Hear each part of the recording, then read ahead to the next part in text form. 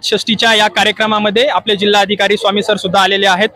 खरं तर हा सोहळा आनंद घेण्यासाठी स्वतः जिल्हाधिकारी आहेत, काय सांगाल?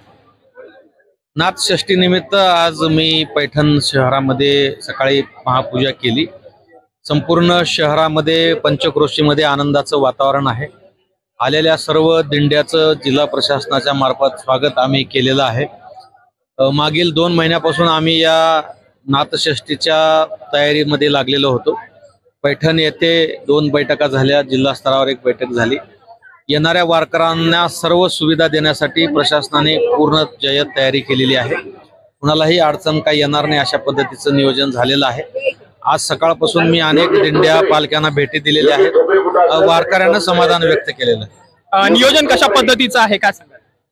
यामध्ये येणाऱ्या वारकऱ्यांना थांबण्यासाठी पेंडॉल, जागा, साफसफाई, आरोग्याच्या सुविधा, पिण्याच्या पाण्याचं टँकर याच्यामध्ये मोठ्या प्रमाणामध्ये वाढ केलेली आहे।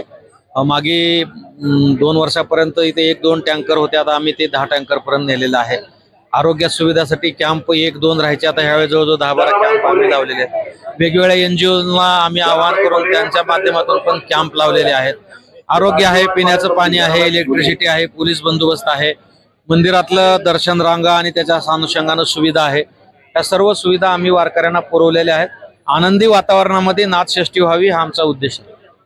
काय सांगाल की तरुणांना आता सध्या गर्दी वाढत आहे, वारकऱ्यांना सध्या नियोजनाबद्दल किंवा ज्या गैरसोयी होऊ नये त्यासाठी काय आव्हान?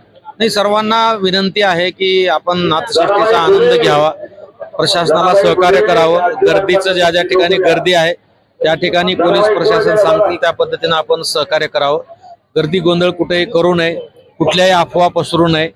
आम्ही पूर्ण बंदोबस्त व्यवस्थितरित्या लावलेला आहे। सगळ्या ठिकाणी आमचे कर्मचारी आहेत, NGOचे व्हॉलंटियर्स आहेत, त्यामुळे आपल्याला कुठलीही अडचण येणार नाही। आपण आनंदानं उत्सव साजरा करावा अशी माझी विनंती आहे। निश्चितच आपल्यासोबत जिल्हाधिकारी होते आणि त्यांनी सांगितलंय की कशा पद्धतीची व्यवस्था आहे, नियोजन आहे आणि हे कार्य कशा पद्धतीने करायचंय ते सांगितलेलं आहे। धन्यवाद।